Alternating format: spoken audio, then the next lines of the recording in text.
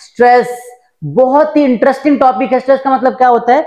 अगर हम किसी बॉडी के ऊपर क्या लगाते हैं, फोर्स लगाते हैं, तो वो बॉडी, अच्छा फोर्स किसी पर्टिकुलर एरिया पे लगाते हैं तो उसका रिस्टोरिंग फोर्स, डिफॉर्मिंग फोर्स, कौन सा फोर्स बात करते हैं। तो कोई बॉडी है, मान के चलो सपोज करो हमारे पास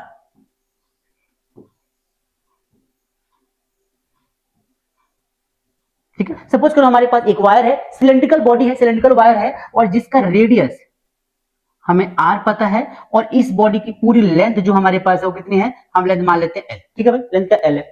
अब हमने क्या कर दिया, इस बॉडी के एक पर्टिकुलर क्रॉस सेक्शन एरिया पे यहां पे क्या कर दिया, एक डिफॉर्मिंग फोर्स अप्लाई कर दिया। अब जैसे हम डिफॉर्मिंग फोर्स यहां से अप्लाई करेंगे, फिर क्या होगा, मान लो यहां से डिफॉर्मिंग फोर्स F अप्लाई कर दिया हमने। तो हमने जब डिफॉर्मिंग फोर्स अप्लाई किया, अच्छा जिस पर्टिकुलर एरिया पे किया, इसका एरिया A है,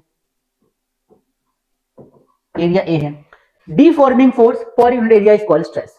स्ट्रेस का मतलब क्या होता है, स्ट्रेस का मतलब होता है कि फोर्स पर यूनिट एरिया। कौन सा फोर्स? Applied force. तो applied force per unit area is called stress. अब इसको ध्यान से समझना, स्ट्रेस जो होता है, फोर्स तो हमारा बेसिकली क्या होता है, F हो जाएगा, ठीक है, और ए क्या होता है, ए हमारा क्या हो जाएगा, एरिया। अब एरिया डिपेंड करता है कि किस टाइप की बॉडी पे हम स्ट्रेस लगा रहे हैं, किस टाइप की बॉडी पे हम फोर्स अप्लाई कर रहे हैं। मान लो हमने जो फोर्स लगाया है वो हमने लगा दिया सिलेंड्रिकल बॉडी पे, तो सिलेंड्रिकल बॉडी जो होती है हमारी, ये वाला बॉडी सिलेंड्रिकल, इसका जो सरफेस एरिया होगा वो क्या हो जाएगा, वो हो जाएगा पाई आर स्क्वायर। आई बात समझ में? तो उसका एरिया हम यहां लगा देंगे पाई आर स्क्वायर।